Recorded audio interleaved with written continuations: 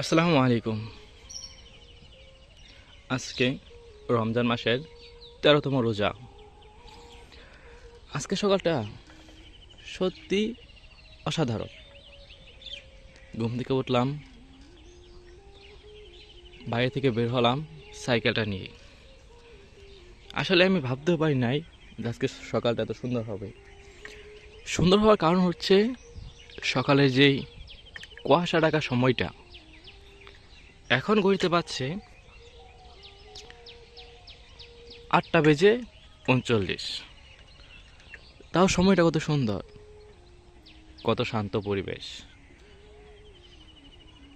যদি কারো মন খারাপ থাকে, সে যদি সকালে খালি পায়ে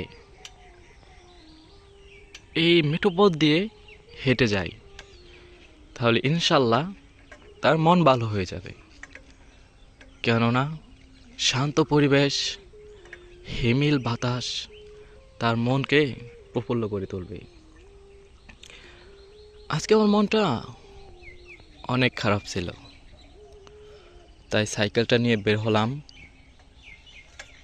তারপর বুঝলাম যে সকালের হাওয়া স্বাস্থ্যের জন্য কতটা ভালো। কত সুন্দর ফুল, সজনে ডাঁটার ফুল। আর আরেকটা বিষয় এই মাত্র খেয়াল করলাম, দেখেন, পড়ে যাওয়া ফুল থেকেও মধু সংগ্রহ করা যায়।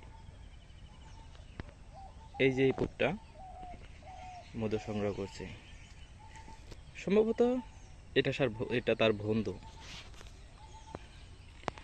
আমি অপেক্ষা করছি আমার বন্ধু আসবে তার জন্য। একা একা সাইকেল চালাতে তেমন দূরে কোথাও যেতে ইচ্ছা করতেছে না, তাই বন্ধুকে ফোন দিলাম, সে আসতেছে রাস্তায়।